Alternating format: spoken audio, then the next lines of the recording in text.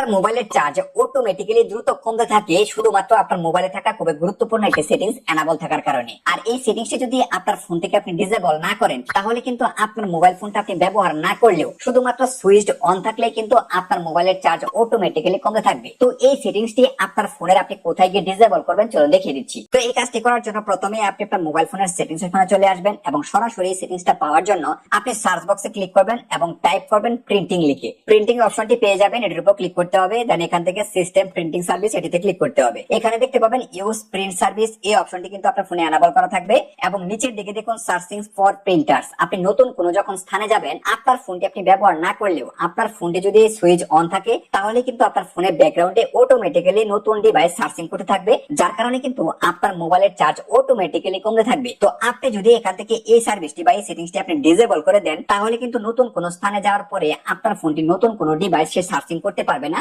আর তাতে করে কিন্তু আপনার ফোনের যে চার্জ রয়েছে এটা অটোমেটিক্যালি কিন্তু কমবে না। তো আপনি এই অপশনটি এখান থেকে অবশ্যই ডিসেবল করে দিবেন। তো বন্ধুরা, ইনফরমেশনটি ভালো লাগে থাকলে অবশ্যই লাইক করে দিবেন। ধন্যবাদ।